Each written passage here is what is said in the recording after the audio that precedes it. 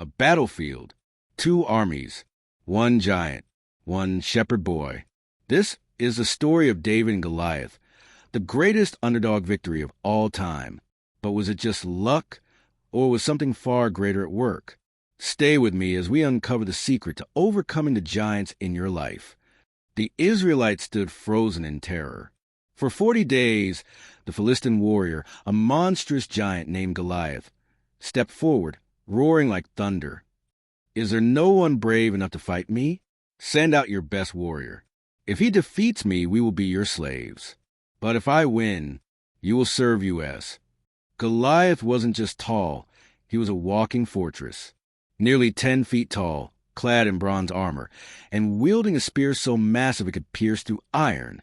No soldier dared step forward.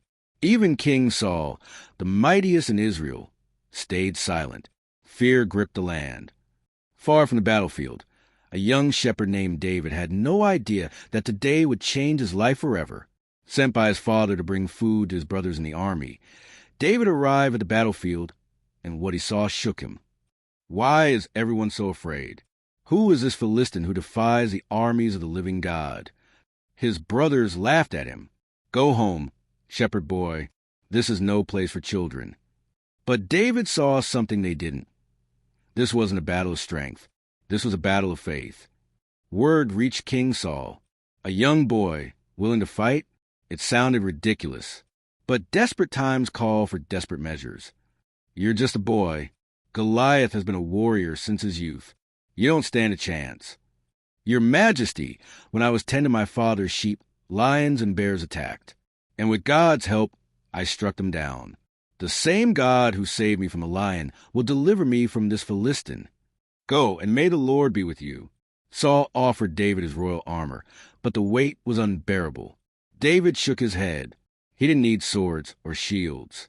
He needed only one thing, his faith. 5 stones. That's all he took. 5 stones and unwavering faith. "What is this? A boy? Am I a dog that you come at me with sticks? You come against me with sword and spear, but I come against you in the name of the Lord Almighty. Today, he will deliver you into my hands."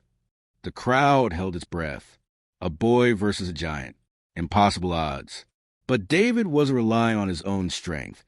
He was relying on something greater. 1 stone, 1 moment, 1 destiny. Goliath was defeated. The giant that had tormented Israel for 40 days fell. Not by sword or spear, but by faith. But what about the giants in your life? The fears, the doubts, the struggles that seem impossible to overcome. David's story isn't just history. It's a message for you. When you stand with faith, no giant is too big to fall.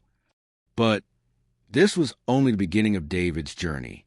His greatest challenge was yet to come, because after defeating Goliath, he would face something even more dangerous, something that would test his faith like never before. David had done the impossible. A shepherd boy had defeated a warrior giant. The Philistines fled in terror, and Israel rejoiced. David was a hero, but not everyone was celebrating, because in the shadows of the palace, a dark storm was brewing.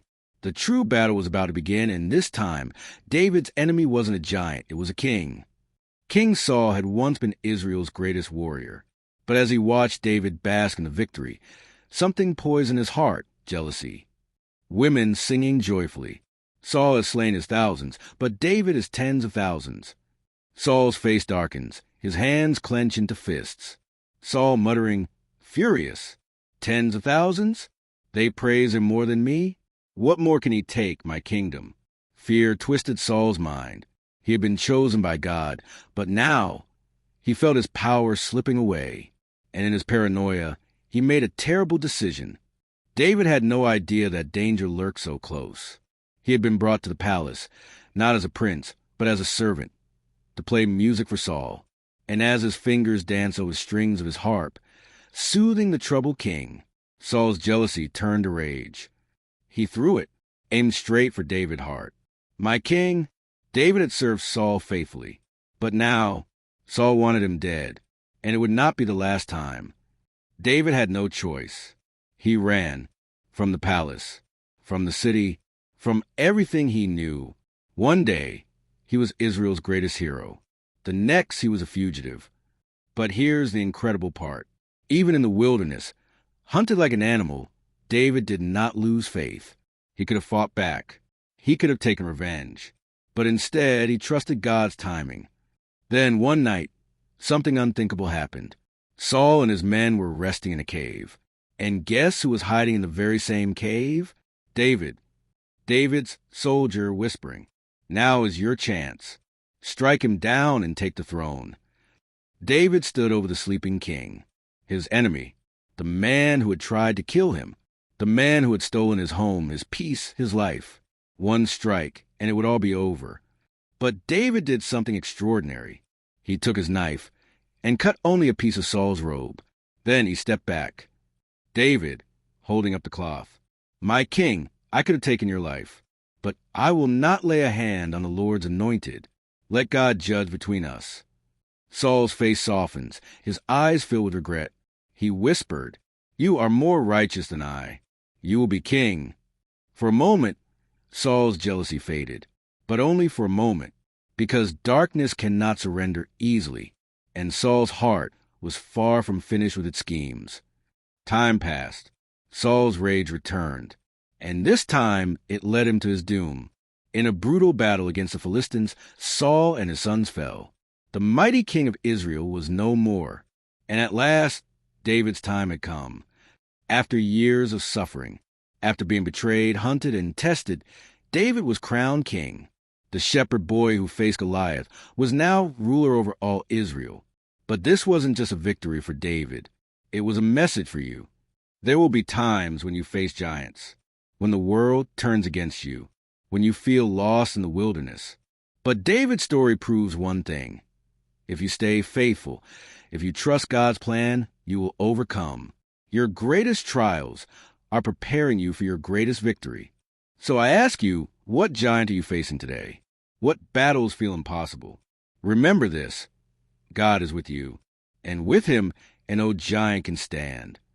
If this story inspired you, make sure to like, subscribe, and hit the notification bell, because there are even greater stories ahead. Until next time, stay strong, stay faithful, and slay your giants.